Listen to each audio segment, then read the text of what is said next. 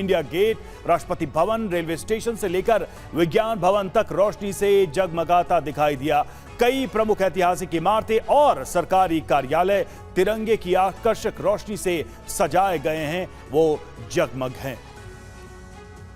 तो जिस तरीके से आज अलग अलग तस्वीरें निकलकर सामने आ रही हैं, आज की जो तैयारी है वो भी हम आपको दिखा रही है। ये देखिए तस्वीरें आपके सामने, किस तरीके से महत्वपूर्ण प्रतिष्ठानों को सजाया गया है तिरंगे में। ये देखिए Rashtrapati Bhavan, India Gate, railway station, ITO, rail Bhavan, National Museum, air force मुख्यालय और विज्ञान भवन, सभी को तिरंगे से जगमग किया गया है। और देखिए हमारे साथ इस वक्त विवेक शर्मा जुड़े हुए हैं हमारे साथ आईटीओ से। विवेक, आज की तैयारी क्या है? क्योंकि देखिए 80वां स्वतंत्रता दिवस देश मना रहा है, एक उत्साह है, एक लंबी यात्रा इस देश ने पूरी की है, लंबे संघर्ष का ये जश्न है। क्या तैयारी है आज दिल्ली में? क्योंकि तस्वीरें रात की हमें दिखाई दे रही हैं, आज सुबह की तस्वीरें दिखाइए।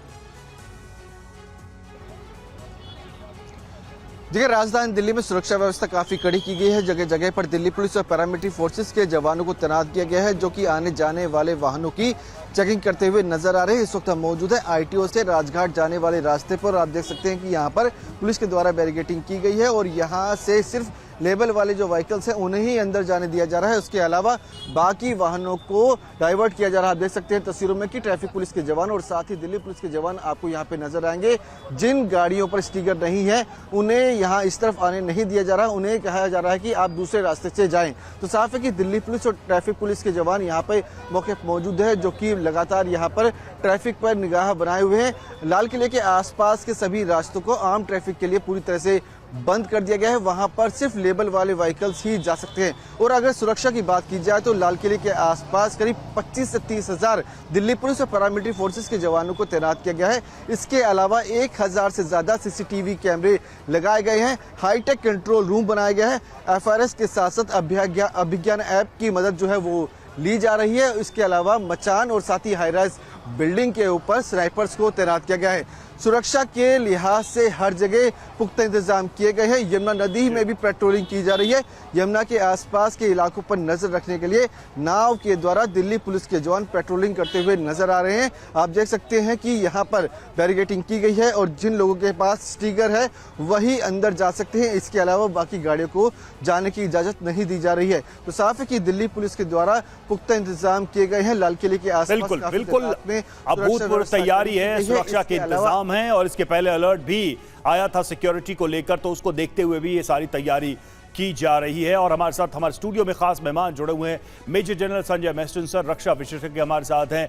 एयर कमोडोर कार्तिकेय काले, रक्षा विशेषज्ञ हमारे साथ। सुशील कुमार सिंघल, पूर्व राजदूत हमारे साथ स्टूडियो में मौजूद हैं। संजय सर, आपसे ही शुरुआत करते हैं। किस तरीके से देखा जाए 80 साल की इस यात्रा को? आज़ादी की लड़ाई लंबी चली और देश ने बड़ी कुर्बानियां दी और आज़ादी के बाद भी इस आज़ादी को कायम रखना, इस यात्रा को आगे बढ़ाना भी एक चुनौती रही।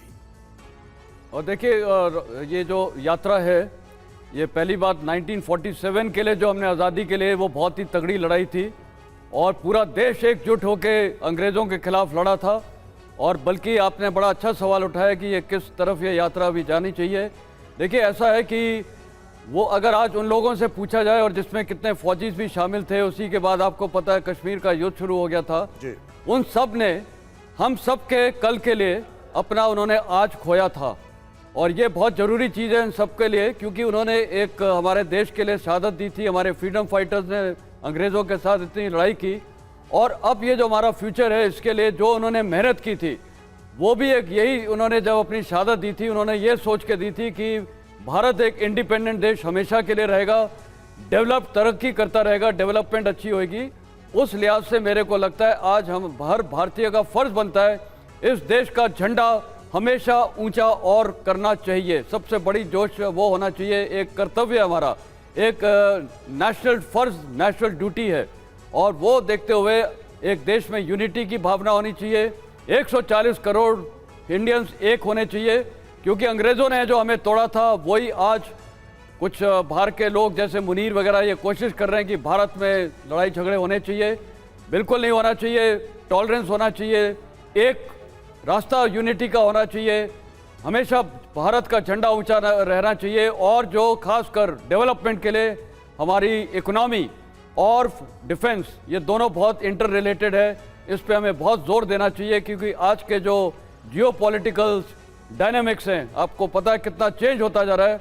उस लिहाज से मेरे को लगता है कि इंडिया को हर लिहाज से प्रिपेयर्ड रहना चाहिएगा